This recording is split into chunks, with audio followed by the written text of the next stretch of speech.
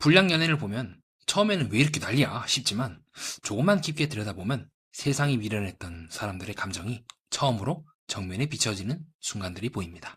갈등과 폭발 뒤엔 이유가 있고 그 이유를 이해하는 순간 프로그램이 완전히 다르게 읽히게 되죠. 오늘은 그 핵심을 가장 쉽게 풀어드리겠습니다. 이 프로그램의 진짜 힘은 자극이 아니라 그동안 연예 예능에서 세상에서 배제되었던 사람들의 삶과 상처가 처음으로 조명되는 방식이 있습니다.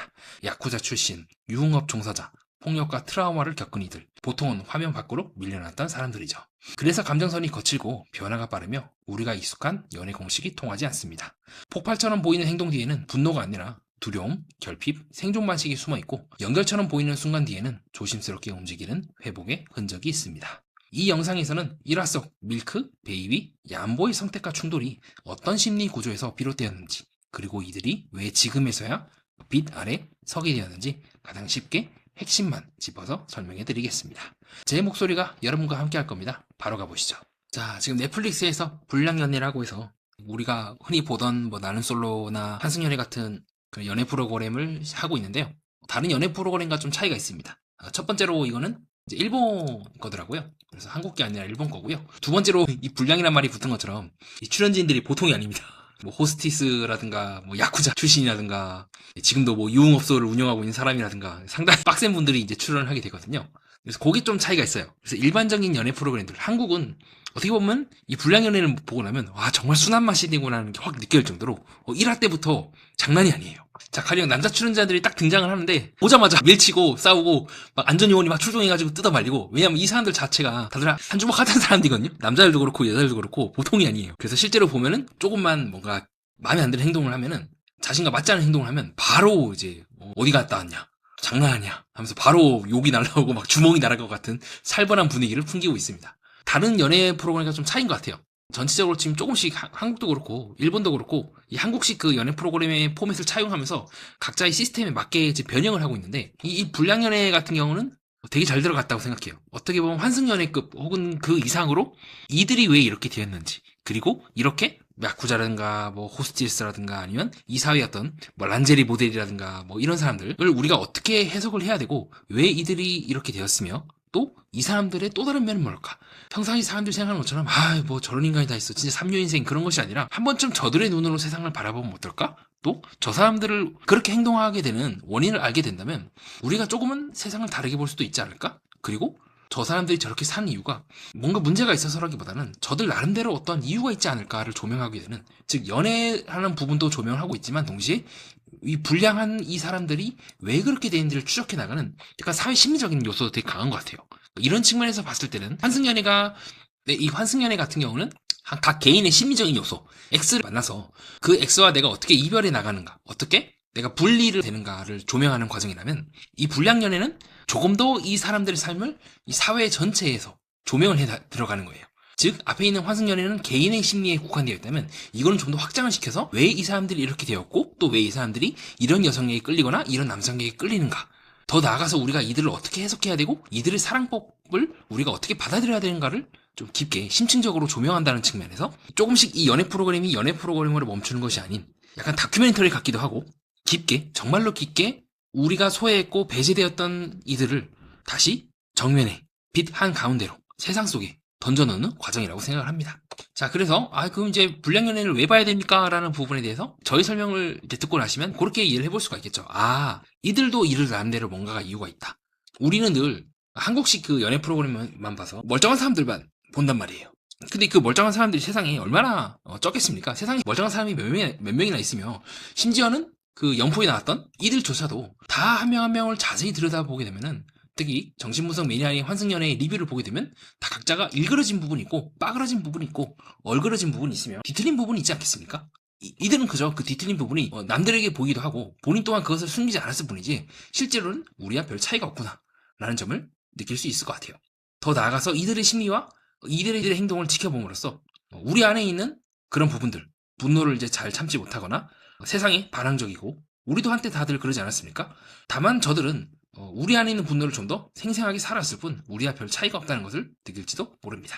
자, 그렇게 해서 이제 불량연애를 왜 봐야 되는지, 또 이 프로그램이 어떤 프로그램인지, 즉 사회에서 약간 불량아들이 나와서 낙인이 찍힌 자들이 정면으로 나와서 본인의 그 고통을, 아픔을, 또 이야기를, 그들만의 세계를 서슴없이 우리에게 보여준다는 측면에서 좀 다른 연프와 차이가 있다는 걸 확인할 수가 있고요. 자, 그러면 이제 간략하게 등장인물 소개를 할게요. 왜냐면 불량연애를 안 보시거나 혹은 보더라도 이게 막 나왔기 때문에 이게 뭐가 보여 라고 이제 정리가 안 되신 분들을 위해서 간략하게 등장인물 정리를 하고 바로 다음으로 넘어갈게요. 1화에서는요, 이 두 남자가 붙어요. 네, 이분이 이제 일본어로 이제 얀보고라고 하시더라고요. 저도 일본어를 몰라가지고 외우기가 좀 어렵고, 근데 이분은 좀 쉬워요. 이분은 밀크예요. 별명이. 왜 밀크인지는 모르겠는데 밀크라고 합니다. 자, 요분은 이제 여기서 좀 외적으로 뛰어나요. 그래서 베이비라고 하는데, 그래서 지금 이 베이비를 두고 이 얀보와 밀크가 지금 경쟁을 하고 있습니다. 근데 1화 때 이미 끝났어요. 1화 때 두 사람이 이제 사우나에 딱 들어가게 되면서요. 그리고 그때를 결정으로 이 밀크가 파고 들어가가지고 베이비에게 거의 고백을 하다시피 해서 이제 베이비의 마음을 확 얻는데 성공합니다. 근데 그걸 보고 이 얀보는 다들 이제 속된 말로 양아치 출신이잖아요. 감정을 참지를 못해요. 그래서 막 여자들 거실에 막 쳐들어가가지고 거실에서 여자한테 막 니들은 나를 열등하다고 취급해가지고 니들이 날 빵표준 하면서 막 화를 내고 이 사람 막 감당 못해서 남자들 있는 숙소에서는 막 죽여버릴 거라 하면서 여기 적혀있는 것처럼 건들면 죽여버릴 거라 하면서 밀크에게 베이비를 뺏겼다는 그 감정을 제어를 못하고 막 이제 막 행동을 해요. 그런 모습을 보면서 약간 저의 모습을 본 것 같기도 하고, 저도 감정을 잘 조절 못하는 편이거든요. 자, 그게 이번 1화의 이제 핵심적인 서사입니다. 이 베이비를 두고 밀크와 얀보가 붙었는데 밀크가 한 단계 앞섰다. 근데 이미 이거는요, 불량연애를 보시면 아시겠지만 이 베이비가 되게 생각이 좀 깊어요. 그래서 베이비가 이 밀크를 택한 이유도요, 비록 이 여기 있는 사람들이 전부 다 상처 입고 다들 조금만 건드려서 폭발하는 그런 성격이지만요, 잘 참아요. 그리고 웬만하면 말로 해결하려고 하고, 야, 굳이 그렇게 할 필요 없어? 하면서 잘못하고 있으면 또 사과하려고 하고, 또 상대방이 이제 여기 있는 사람들이 다 남자들이 양아치 꽈가지고 때리려고 하거든요. 그 말려요, 이 밀크가. 너 아직도 양아치야? 아직도 주먹으로 해결하는 거야? 라고 하고 베이비가 고민한 끝에 이제 밀크를 선택하게 돼서 이제 두 사람이 이어지게 되는데요. 자, 그렇게 해서 1화 때 이제 주된 그 현대 삼각관계에 대해서 소개를 드렸고, 맨 처음에 이제 등장하신 분이 이제 츠짱이라고 해서 나이 30에 상당히 빡세게 생긴 분이 나옵니다. 그리고 직업도 굉장히 빡세요. 유흥업소를 운영하고 있고, 자, 이게 일본과 한국의 차이인 것 같아요. 일본은 또 이런 부분은 좀 양적으로 드러내잖아요. 한국은 이런 부분을 얘기를 하면 난리가 나는데. 자, 그 츠짱은 생긴 건 진짜 빡세게 생겼고, 그리고 그 다음에 이제 아까 제가 소개해드린 밀크씨와 1화 때부터 밀치고 난리가 납니다. 오자마자 이 츠짱이 이 밀크씨가 딱 들어오거든요. 자기소개하러 교실에 딱 들어왔을 때 바로 너 뭐야 하면서 막 밀치고 막 때릴 듯이 막 하고 하다가, 그렇게 했는데 안정요원이 이제 달라붙어가지고 두 사람 막 떼놓고 하거든요. 씩씩거리다가 또 이 츠짱이 잘해보자 하면서 또 밀크한테 얘기하고, 확실히 이게 좀 문화가 다른 것 같아요, 느낌이. 한국에서도 좀 그런 게 많죠. 남자들 보면 이제 거칠지고 서로를 막 때리고 싸우고 그렇게 교감하다가 나중에는 그렇게 씩씩거리는 그걸 바탕으로 어떤 유대감이 생겨서 끈끈한 이제 친구 사이가 되지 않습니까? 그게 약간 이제 츠짱의 스타일인 것 같아요. 그리고 실제로도 그 일본의 MC들이 그렇게 얘기를 하더라고요. 즉 겉으로는 저래 보이지만 실제로는 저기 상대를 이제 파악하고 상대와 잘 지내고 싶고 상대와 잘 지내봅시다라고 하는 그런 이제 인사라고 했고, 저도 동의를 했는데 실제로도 또 그렇게 흘러가더라고요. 정말로 이 츠짱이 싫어하는 사람이라면 말을 안 하거나 다른 방식으로 이제 조져버리려고 할 거예요. 이 사람도 유흥업소면 진짜 바닥을 이제 구른 사람이잖아요. 그래서 츠짱은 이 밀크를 좀 괜찮게 생각하고 있고, 그렇게 이제 츠짱이 상당히 강렬하게 등장하는 모습이 나오게 됩니다. 자, 그 다음에 이제 밀크씨가 나오게 되고, 밀크씨에 대해서는 이제 간략하게 소개를 드렸죠. 지금 인테리어 사업을 하고 계시고, 이분도 이제 만만치 않게 좀 여러 가지 면에서 쉽지 않은 길을 걸었죠. 근데 여기 나오신 분들이 다 쉽지 않은 이제 삶을 살았고, 한 마디씩 다 던져요. 굉장히 여기 있는 사람들 전부 다 뭐 가만히 두지 않을 거다, 나를 건드리면 죽여버릴 거다, 뭐 이런 말을 던지면서 등장을 하게 되고요. 자, 그 다음에 이제 세 번째 남자인 니세이가 등장이 되는데, 아직까지는 1화 때는 뭔가 특별히 하는 게 없어요. 근데 이 니세이가 나중에 이 밀크씨랑 베이비가 중간에 요리를 하다 말고 둘이 이제 따로 나가서 이제 그릇 찾으러 간다 해놓고는 또 데이트하거든요. 막 폴라로이드 사진 찍고, 이제 그걸 보면서 니세이가 이제 밀크한테 한마디 해요. 이제 지금 다들 요리하고 있는데 어디 갔다 오냐고 하면서 또 막 싸움에 붙으려고 하다가 이 밀크씨가 먼저 그냥 미안하다 하고 그냥 넘어가더라고요. 사과를 하고. 그래서 그런 모습을 보고 이 베이비가 더 이제 밀크에 대해서 우호적으로 보게 되는 것 같아요. 그래서 현재까지는 1화 때는 거의 뭐 확정적으로 지금 두 사람이, 밀크씨는 이제 너한테만 직진할 거다 이러고 있고, 또 베이비도 그걸 되게 좋아하고 있고, 같이 사우나 하고 있고, 이게 보통 지금 한국에서는 한국 연프 뭐 나는 솔로나 이런 데서 사우나 하면 난리가 나잖아요. 여기는 이제 1화 때부터 바로 시작하더라고요. 자, 네 번째로 이제 태클이라는 분이 등장하는데, 이분은 방송상에서도 그렇고 여자들이 뭐 음흉한 눈으로 쳐다본다고 해서 지금 그렇게 낙인이 찍혔는데요. 제가 봤을 땐 그런 것 같진 않거든요. 그러니까 되게 조용하고 정세를 잃은 것 같아요. 그래서 지금 1화 때도 계속해서 주변을 살피고 말을 안 해요. 등장할 때는 진짜 빡세게 나와요. 뭐 다 때려 눕히겠다, 뭐 나한테 건드리는 놈 있으면 다 태클을 걸어서 제압을 했다고 하는 등 별명이 태클인데, 제가 봤을 때는 음흉하지도 않을 것 같고, 제가 1화밖에 못 봤지만 앞으로도 막 그렇게 이상한 짓을 할 것 같진 않아요. 그래서 이 태클은 현재 네, 요 키짱이라고 하는 좀 요분과 좀 관련이 있는 것 같습니다. 이 태크 씨는 네, 약간 이제 키짱이랑 좀 얽히려고 하는 것 같은데 그래서 이 키짱이 정말 드립을 치더라고요. 뭐 야한 눈으로 나를 보는 것 같다. 아 진짜 이 수위가 장난이 아니. 19세 맞죠? 실제로도 이제 두 사람이 요리를 하는 시간에 이제 태클이랑 또 키짱이랑 같이 요리를 하죠. 그래서 네 번째 남자인 이제 태클에 대해 소개를 드렸고요. 자, 그 다음에 아까 처음에 소개했던 얀보 씨가 이제 마지막에 등장을 하는데 이 지각을 하거든요. 일부러 지각을 한 건지 아니면 이제 지각하게끔 약간 그렇게 컨셉을 짠 건지는 모르겠는데 이 얀보 씨가 마지막에 등장을 하고 얀보 씨는 현재 래퍼로 활동을 하고 있으며 나이는 맨 처음에 소개해드렸던 츠짱과 같은 이제 30살입니다. 그러니까 여기서 제일 나이가 많은 편이죠. 근데 이 얀보 씨 같은 경우는 츠짱은 좀 약간 툭툭 깨고 틱틱했는데 하면서도 좀 속이 여린 면이 있다면 이 얀보 씨는 조금 저는 제일 위험한 사람이라고 보고 있어요. 감정 조절이 안 되고 특히나 아까 설명드렸던 것처럼 이 밀크가 베이비랑 잘 되고 있자 이 베이비에 대해서 적극적으로 다가가는데 베이비가 밀크한테 가버리니까 막 화를 참지 못하고 후반부 가면 막 깽판을 쳐요. 네, 아까 설명드렸던 것처럼 뭐 남자 숙소 앞에서 막 다 부셔요. 막 다 때려요. 오면 죽여버릴 거야 하면서 막 무기 들고 왔다 갔다 하면서 기다리고 있어 밀크. 근데 막상 밀크가 오니까 찍쓰기 소리도 못해. 나한테 오지 마. 죽여버릴 거야 라고 하면서 으르렁만 되지 실제로 하는 건 없어요. 그리고 또 약간 이 양코가 이 얀보가 또 위험하다고 보는 게 뭐냐면 여자들한테 가서 화풀이에요. 그러니까 실제로 이 얀보는 0표를 받거든요. 그러니까 나는 솔로로 치면 이제 첫인 선택이 0표야. 보통 이제 거기서 이제 빌런이냐 아니냐 결정이 되는데 여기는 이제 빌런들만 모아놔서 이제 이 얀보 씨가 여자들한테 가가지고 막 뭐라 막 해요. 내가 0표를 받았다는 거는 내가 열등하다는 거네 하면서 막 화풀이하는 게 이제 2화 때 나오는데 그건 또 2화 때 설명을 드리도록 하고요. 자, 그렇게 해서 간략하게 남자들에 대한 소개를 해드렸습니다. 처음에 이제 츠짱 약간 겉은 막 하는 것 같지만 속은 또 연인 츠짱, 그리고 현재 이제 베이비랑 이제 좋은 기류를 맺고 있는 밀크씨. 자, 그 다음에 이제 세 번째 남자 리세이, 약간 격투 선수 권투를 하고 있는 리세이 씨인데 현재 이 리세이 씨는 약간 오코상이라고 해서 이분이 되게 좀 과거가 슬퍼요. 원래는 굉장히 우수한 그 고등학교 때까지 공부도 잘하고 되게 성실하게 잘 살다가 이제 성폭행을 당하고 그때부터 이게 유흥 쪽 이쪽으로 가기도 하고 뭐 란제리 모델을 하긴 하는 등 인생이 많이 꼬인 분이에요. 좀 되게 슬펐어요. 그래서 지금 이 불량연애가 되게 이 불량연애의 깊이도 다른 프로그램은 못지않게 상당히 깊다고 보는 부분이 또 이런 분들을 하나하나 조명을 해나가면서 우리 이 사회에서 쓰레기 같은 인간들이 쓰레기라고 막 이제 손가락질 먹었던 인간들이 사실 나름대로 아픔과 사연이 있구나라는 걸 조명하게 되는 약간 사회 고발적인 측면도 있는 것 같아요. 어쨌든 현재까지는 이 니세이 씨도 좀 연애를 하면서 여자들한테 많이 이제 대였고 돈도 많이 뜯겼다고 얘기하고 있고 마찬가지로 이분도 나름의 이제 슬픔을 갖고 있죠. 이 남녀 관계라든가 그런 부분에 대해서.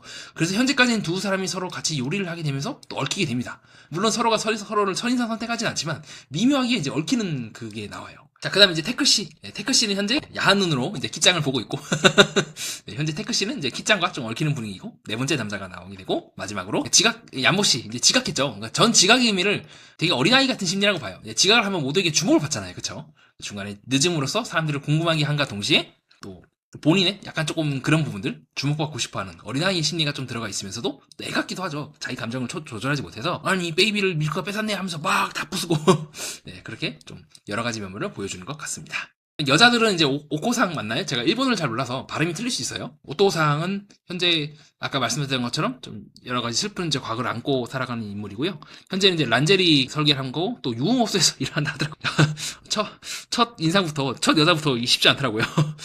그래서 되게 많이 좀 슬프고 공감도 많이 되고 보통 이렇게 이제 성폭행을 당한 분들이 극단적으로 성에 대해서 억압을 하거나 또 극단적으로 성에 대해서 열려요.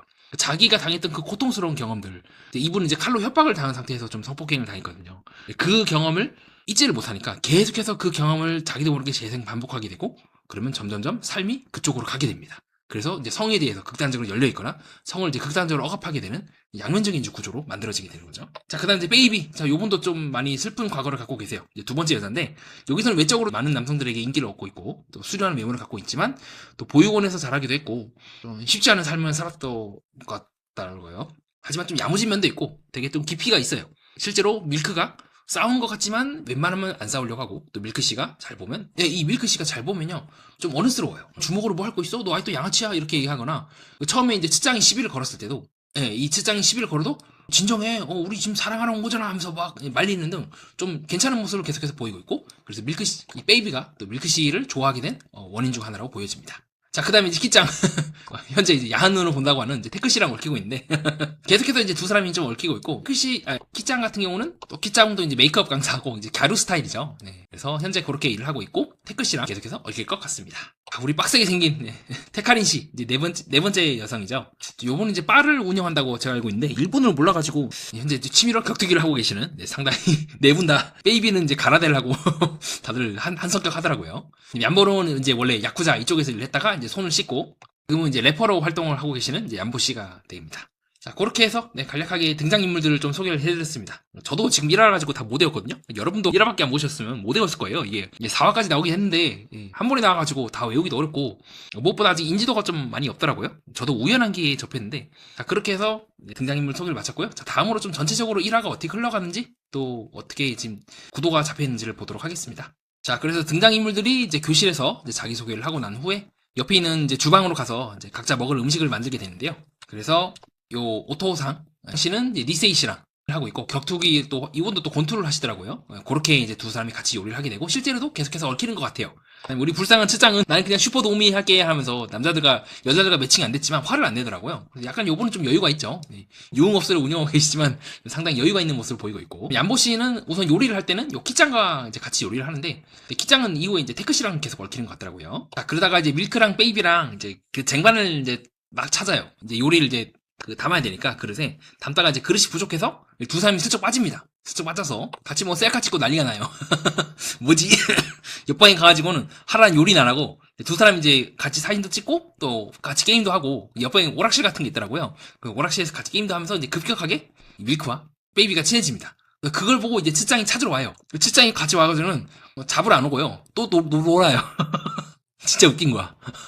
뭐지? 하면서 처음에 츠짱이랑 밀크랑 막 멱살 잡고 난리가 났었거든요. 근데 그건 다 까먹고 제일 친한 사이가 돼버리는 거예요. 근데 그걸 이제 얀보 씨가 참지 못하고 데리고 와요. 또 너희 지금 뭐 하고 있냐 하면서 데리고 와가지고 그 이후에 이제 밀크 씨가 다른 사람한테 사과하고 또 그 베이비 씨가 막 사진도 찍고 그렇게 재밌게 노는데 아까 말했던 그 니세이 이 얄쌍한 남자는 이제 참지를 못하더라고. 그래서 이제 한마디 해요. 계속해서 뭐라 해요. 우리 지금 요리하고 있는데 니들은 왜 가가지고 사진 찍고 지금 놀고 있냐고 하면서 막 하고 이 밀크 씨랑 한 번 막 붙으려 하다가 밀크 씨가 먼저 그래 잘못했다 내가 잘못했습니다 하고 스미마생 하고 이제 끝내더라고요. 또 그거를 유심히 그 베이비 씨가 보고 나중에 이제 포용력이다라고 하면서 간접적으로 밀크 씨에 대해서 칭찬을 하는 등 그렇게 사과할 때는 정당당히 사과하고 또 굽힐 때 굽힐 줄 아는 그런 밀크 씨를 되게 이 베이비 씨가 좋게 보게 됩니다. 근데 이게 이 감정선이 언제까지 오래 갈지는 모르겠어요. 그러니까 일반적인 경우와 다르게 이들은 상당히 높은 자극과 높은 그런 감정들, 고통들 휩싸여 있거든요. 그러니까 일반적으로 역치가 높아요. 역치가 높기 때문에 쉽게 감정이 변화가 바뀔 수도 있어요. 그래서 지금은 밀크와 베이비가 좋은 구도를 갖고 있지만 이들이 마지막 그 순간까지 가는 거는 또 알 수가 없기도 합니다. 사이가 틀어져서 바뀔 수도 있기도 하고요. 계속해서 지켜봐야 될 것 같아요. 다들 이제 좀 약간 쉽지 않은 이제 과거를 가졌기 때문에 조금만 누가 건드려도 폭발하거든요. 그리고 또 쉽게 감정이 바뀌기도 해요. 그만큼 이제 격정적이고 행동이 변화가 빠른 거죠. 그 후에 이제 사람들이 모여서 식사를 하는 장면이 나오게 되는데 이제 베이비 씨는 아까 말씀했던 것처럼 밀크에 대해서 포용력이 있다고 칭찬을 하는 등 어느 정도 조금 호의적으로 보이긴 합니다. 물론 이 베이비는 얀보 씨에 대해서 나쁘지 않게 보긴 해요. 이제 적극적으로 얀보 씨도 뒤에 보면은 그 베이비 씨랑 같이 사진 찍자고 하는 등 그런 모습이 보이긴 하거든요. 근데 이미 사우나를 기점으로 베이비 씨는 완전히 밀크에게 가는 것 같습니다. 그리고 슬슬 이제 베이비 씨는 좀 어른스러운 말을 하긴 해요. 물론 그 말을 끝까지 지킬지는 알 수가 없으나 증오로는 아무것도 해결되지 없는 걸 배웠다. 나도 보육원에 있었을 때는 나를 버린 이제 가족들을 약간 빚쟁이한테 막 계속 시달리고 막 찾아오고 어릴 때부터 굉장히 힘든 세월을 겪었더라고요. 그래서 이제 보육원으로 가시게 된 것 같더라고요. 가족들이 자기를 버렸다는 그 감정이 이제 그렇게 표현을 하는데 그래서 그런 이제 베이비 씨 슬쩍슬쩍 말할 때 은근히 밀크를 보면서 여기 오른쪽에 그러니까 우리 기준 오른쪽 그 베이비 기준 왼쪽에 이제 밀크 씨가 앉아 있거든요. 밀크를 보면서 얘기를 하는 것 같습니다. 또 그 후에 서로 대화를 하면서 그 니세이 씨 약간 얄쌍하게 생긴 분하고 그다음에 약간 오코상 현재 이제 그 유흥업소에서 일을 하고 있고 약간 이제 어릴 적에 좀 안 좋은 기억을 당했던 두 분이 서로가 서로에게 비슷한 경험을 얘기하는 그 장면이 또 식사를 하면서 나오게 되면서 약간 두 사람 사이에 묘한 기류가 이어지기도 하고요. 테크 씨는 은근슬쩍 자기 옆에 있는 키짱을 바라보기도 하는 등 미묘하게 키짱에 대해서 관심을 갖고 있는 테크 씨의 모습도 식사를 하면서 우리가 확인할 수가 있습니다. 그 후에 이 얀보 씨랑 베이비 씨랑 서로 이제 설거지를 하다가 같이 사진을 찍어주는 장면이 나오는데 그 얀보 씨가 훅 들어오거든요. 그때 아까 나랑 사진 찍은 거 별로라 하면서 거의 약간 일방적으로 훅 들어와요. 그런 모습을 보면서 베이비 씨가 인터뷰할 때는 뭐 얀보 씨의 그런 모습을 살짝 호감이 갔다라고 얘기를 하고 있지만 사우나 씬을 기준으로 밀크 씨의 고백을 받고 베이비 씨는 확 밀크 씨에게 기우는데요. 그때 베이비 씨도 느끼더라고요. 얀보 씨의 그런 모습이 진짜 모습인 것 같진 않다라고 얘기를 하는 등 약간 얀보 씨는 조금 위험한 모습을 계속해서 보이고 있죠. 뭐 여기 있는 사람은 다 위험하지 않은 사람이 없긴 한데 특히 얀보 씨는 감정 조절이 안 돼요. 그러니까 조금이라도 자기 그게 맞지 않으면 수틀리면 바로 이제 폭력적인 모습이 확 나오더라고요. 자, 그 다음에 요거는 꼭 제가 소개를 해드리고 싶었어요. 자, 제가 왜 소개를 해드리냐면 왜 꼭 원본을 이제 보여드리려고 했냐면요. 이게 일본식 그 연프, 그리고 일본의 그 아기자기한 문화와 그 디테일이 진짜 결정체인 것 같아요.